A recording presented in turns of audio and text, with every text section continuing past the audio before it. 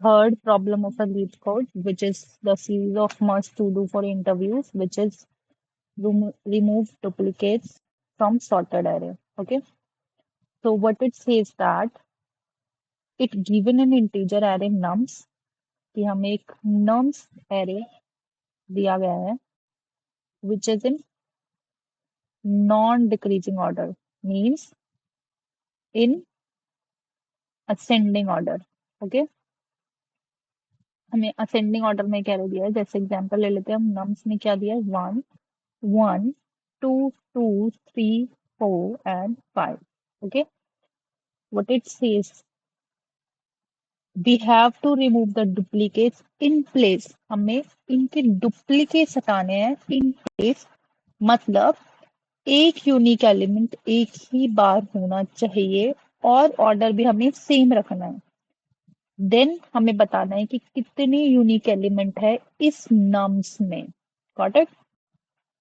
After removing the duplicates, और फिर हमें यूनिक एलिमेंट बताने हैं. तो अगर मैं इसमें देखूं, इसमें क्या होगा, नम्स क्या है, अगर मैं देखूं तो 1, मान लो इनिशियली ये नॉन डुप्लीकेट है, 1 इज अगेन डुप्लीकेट, ये हट जाएगा. देन 2, फिर 2 डुप्लीकेट हट गया, 3 4 एंड 5. Got it.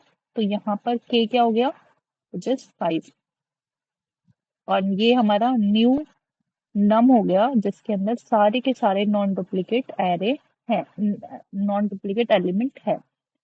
तो लॉजिक बहुत ही सिंपल है. कैसे होगा देखो, ये कह रहे हैं, अगर मान लो सबसे पहले तो कंडीशन यही लगेगी कि हम सबसे पहले हम कंडीशन में देखेंगे है भी कि नहीं. लेकिन सबसे पहले हम देखेंगे कि नम्स है या नहीं. तो नम्स इफ नम्स नहीं, अगर नम्स नहीं होता, ओके, इफ नॉट नम्स, अगर नम्स नहीं होता तो मैं क्या बोलूंगी, इसमें कुछ है ही नहीं, तो क्या हो जाएगा, रिटर्न 0. अगर एलिमेंट्स होते हैं तो मैं क्या कहूंगी, फॉर आई इन रेंज, मैं लूप चलाऊंगी 0 से लेके लेंथ ऑफ नम्स तक. Okay, and then what I will say, अगर,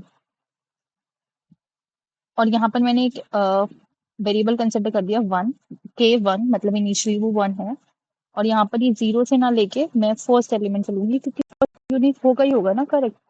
फर्स्ट तो ऑलरेडी यूनिक है, अगर यहाँ पे मैं 1 की बात कर रही हूँ तो ये यूनिक ही रहेगा. तो यहाँ पे मैं 1 से लेके लेंथ ऑफ नम तक चलती हूँ. अब मैं कहती हूँ, अगर मान लो इफ नम्स ऑफ आई वो नॉट इक्वल्स टू होता है नम्स ऑफ आई माइनस 1, मतलब जो सेकंड एलिमेंट है अगर वो फर्स्ट एलिमेंट के इक्वल नहीं है तो k को इन प्लस करे, नहीं तो k में, नम्स ऑफ k में वो वैल्यू डाल दे कि भाई ये वाली अब मेरी लेटेस्ट वैल्यू है, क्योंकि दोनों सेम है, तो अगर ये लेटेस्ट ले या ये लेटेस्ट ले, बात तो सेम ही है.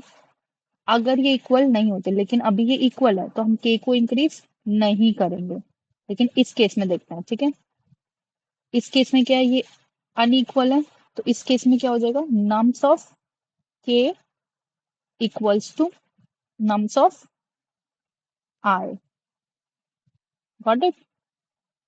और अगर ये हो गया तो मैं कहूंगी कि हाँ भाई अब k में 1 प्लस कर दे. अब मेरे पास k आ गया, देन मैं फाइनली क्या रिटर्न कर दूंगी, यहाँ पर रिटर्न k, क्योंकि ये जो k होगा वो उसमें सारी वैल्यूज वही होंगी जो कि नॉन डुप्लीकेट होगी. तो बस यही इसका प्रोग्राम है. इसकी अगर हम टाइम कॉम्प्लेक्सिटी की बात करें तो o की पावर n, और स्पेस कॉम्प्लेक्सिटी की बात करें तो o की पावर 1. अगर आपको इसका प्रोग्राम देखना है तो वो ये प्रोग्राम है. सेम चीज है, कुछ नहीं है. नम्स, अगर नम्स नहीं होता तो रिटर्न 0, k वैल्यू ली, देन आई 1 से लेकर लेंथ ऑफ नम तक जाएगा.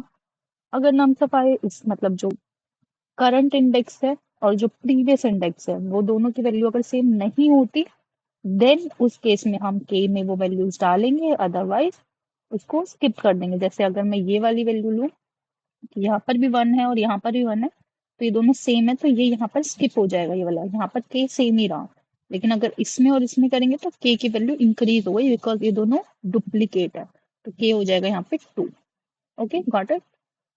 तो यहाँ पे k हो जाएगा हमारा 2। ओके, तो यही है हमारा यहाँ पे चीज। Got it. बस ये बहुत सिंपल सा था, तो आई डोंट थिंक सो इसमें कुछ ज्यादा था। And that's it for today video. Thank you everyone.